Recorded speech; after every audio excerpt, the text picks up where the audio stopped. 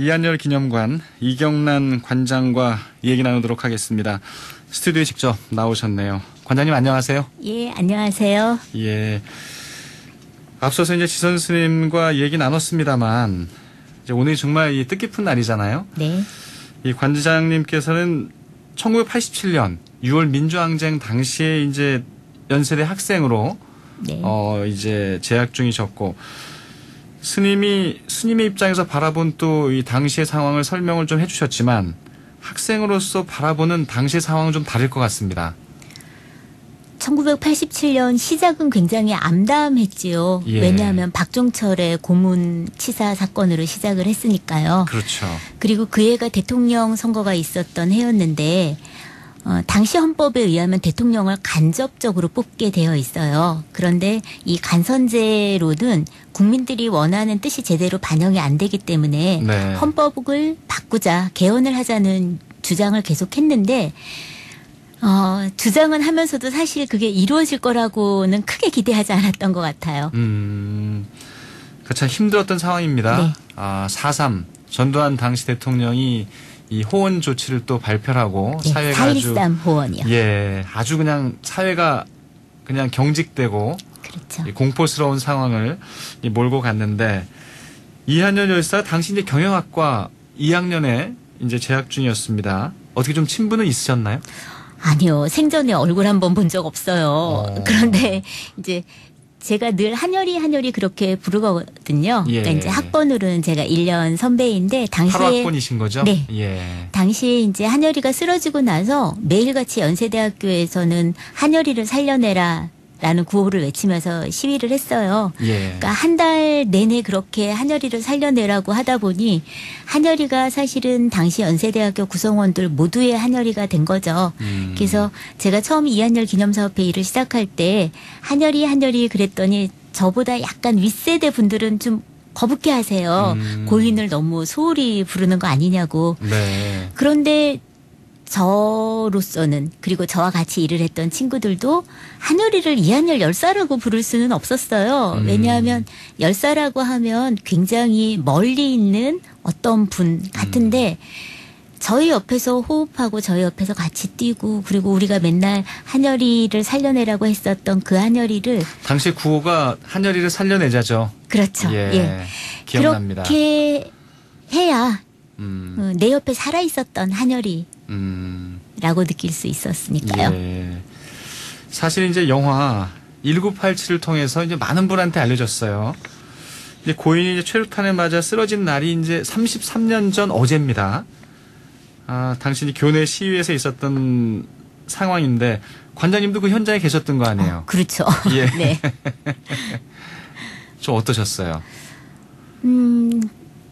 다른 때하고 좀 다르게 그날 비폭력이었던 걸로 기억해요. 예. 보통 때는 학생들이 경찰들이 잡아가는 걸 막기 위해서 돌이나 화염병을 준비하는데 그날은 비폭력이었던 걸로 기억하고 보통의 시위에 학생들이 교문 앞에 가서 외치면 정경이 체류탄을 쏘고 그 하늘을 향해서 체류탄을 쏘면 학생들이 이제 그 포물선을 그리면서 느리게 떨어지기 때문에 뒷걸음질 쳐서 보면서 도망을 갈 수 있거든요.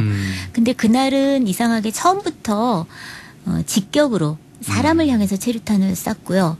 또 학생들이 어느 정도 도망을 가면 이제 백골단이라고 부르는 하얀색 헬멧을 쓴 위아래 그 청 자켓과 청 바지를 예. 입은 사람들이 와서 잡아가는데 그날은 체류탄을 쏘면서 동시에 백골단도 들어오는 그런 상황이어서 학생들이 보면서 피하지 못하고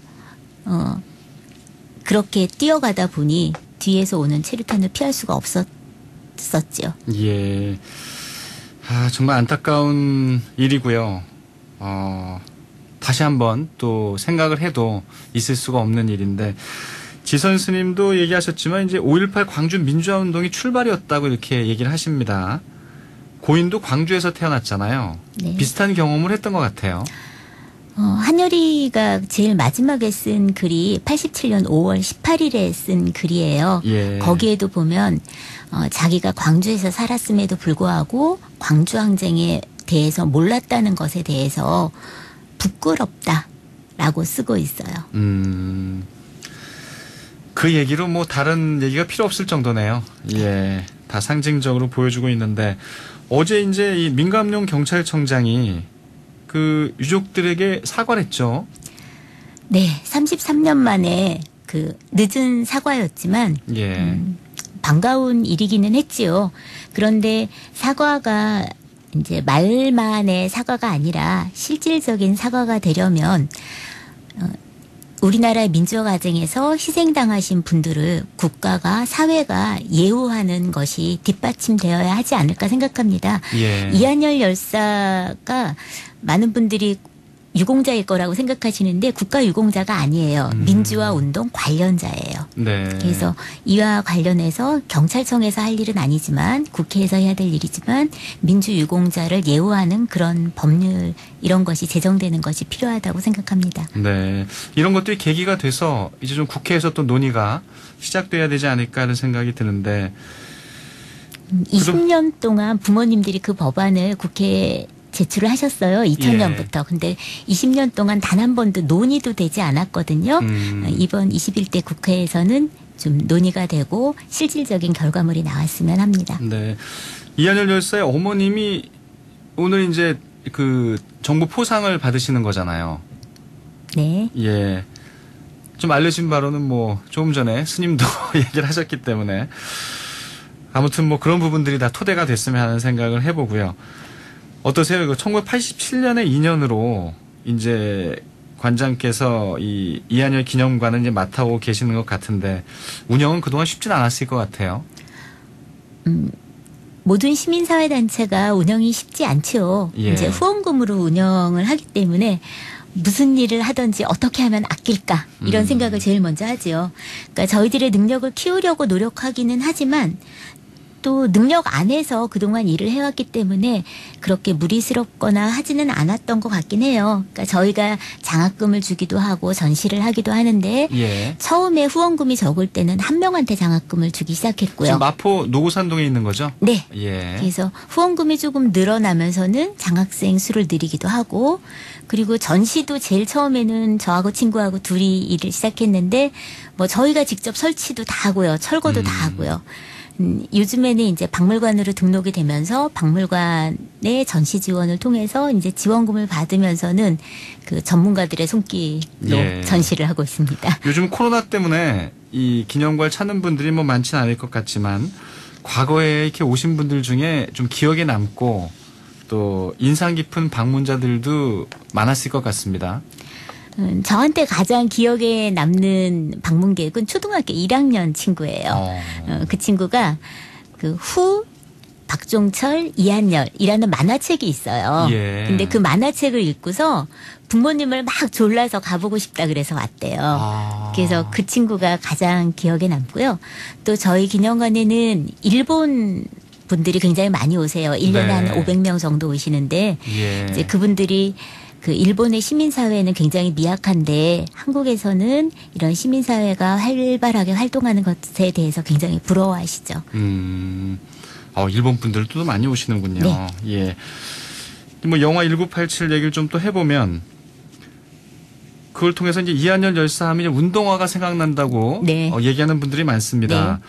관장님께서 이 고인의 그 운동화 타이거 운동화입니다. 예. 네. 타이거 운동화 복원을 맡기셨다고요. 네.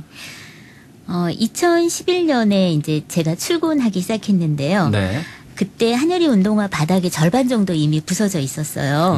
근데 그 조금씩 이렇게 부서지더라고요. 계속. 오래되니까. 네. 예. 그게 고무라서 그냥 가만히 둬도 부서진대요. 근데 그 바닥이 그렇게 부서져 나갈 때마다 한여리에 대한 기억 이런 것도 부서져 나가는 것 같았어요. 그래서 저희가 이제 한여리 옷하고 뭐 한여리가 쓴 글 이런 것들은 보존 처리를 했는데 네. 이 운동화는 현대물이어서 오히려 보존 기술이 없더라고요, 박물관에서. 그래서 미술품 복원 전문가이신 김겸 박사님께서 복원을 해주셨어요. 네. 복원이 된 거네요. 네. 다행입니다. 예. 참 시간이 짧아요.